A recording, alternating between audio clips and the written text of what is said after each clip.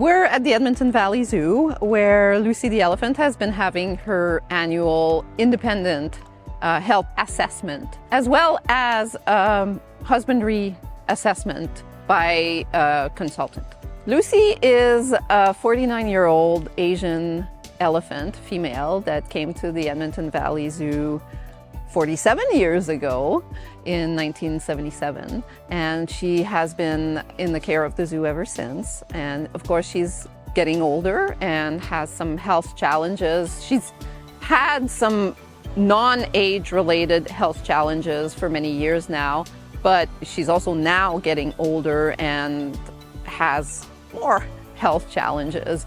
And we're trying to manage them as best we can, and we enjoy having people from outside the zoo who have expertise with elephants, but have seen many other elephants throughout their careers, come in and assess her and tell us what they think, and maybe give us some insights on how to go forward with her.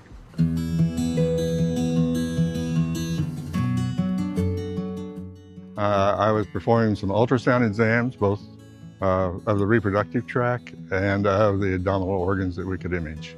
Elephants over 30 years of age that have not been having calves, but probably been cycling since they were 3 or 4 years of age, develop what humans call fibroids. They're a benign tumor, actually scientifically are leiomyomas, and she's previously been diagnosed with those, and we can confirm that she still has those. She's been on a regime to stop her from cycling that sometimes helps resolve the size of those. She's definitely improved in that, and they seem to have not grown. They're still there.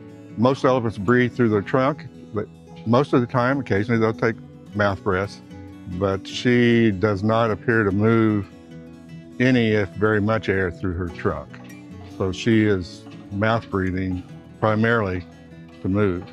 And it's not as efficient for an elephant, but they can compensate for that with the unique hemoglobin they have to some extent. Obviously, she's at that edge. The breathing, there's several different concerns that we were speculating could occur in theory. One of them was that she may have abdominal fluid impeding her ability to move her diaphragm. She has a normal amount, just enough to lubricate the intestines and organs to go back and forth. So she's getting enough oxygen to be healthy, but any stress on that changes that composition and can cause other issues to occur, including kidneys, and liver, things like that, and brain. So they're managing her to maximize her longevity. Lucy, as with all of us, has developed some temporary issues that have been resolved by the animal care staff, and that includes the veterinary staff. She's received excellent veterinary care. This last year, she developed a little edema on her abdomen. They were able to address that, and with that, she had some low protein levels, and with diet changes, changed the protein levels. There's no edema. The protein levels are still a little low. We haven't been able to pinpoint why they're low. It can be kidneys excreting extra protein. It can be lack of absorption through the intestine, but the veterinary staff here is diligently pursuing those issues. One of the things that is apparent to me is a lot of zoos I visit, there's been a lot of turnover of elephant handlers and keepers. These have been stable for many years. She's heavily bonded to them, they're bonded to her. Changes just in staffing can be stressful at times. She hasn't had to have that. And I think that's a very positive thing. I do this because I have a passion for elephants. Anytime I can help an elephant, I'm going to help an elephant. That's my job. It's not to hide anything. It's to say, is there another alternative to what you're doing? Why is this occurring? And I asked several questions over the last 2 days, and I like the answers I got. She's a healthy, alert, responsive elephant. I have no concerns as far as Lucy's care, health, well-being. Still exploring some of the issues that have occurred in the last year, but as elephants and people get older, those things happen.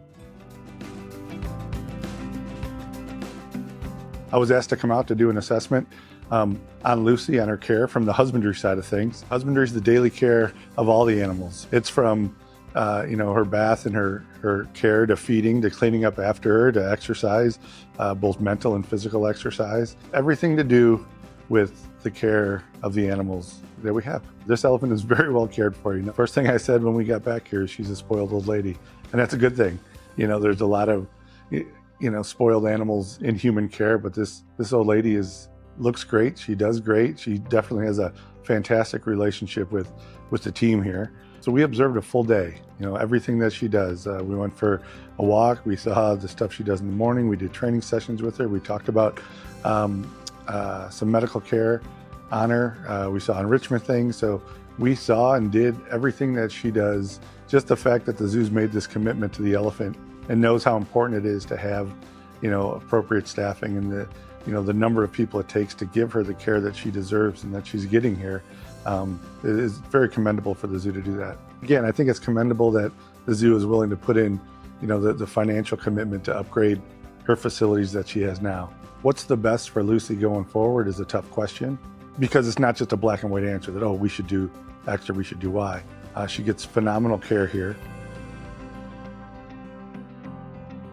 We're looking forward to their report and implementing their recommendations, if any, and that she's continuing to do well, and we're going to continue caring for her throughout the rest of her life.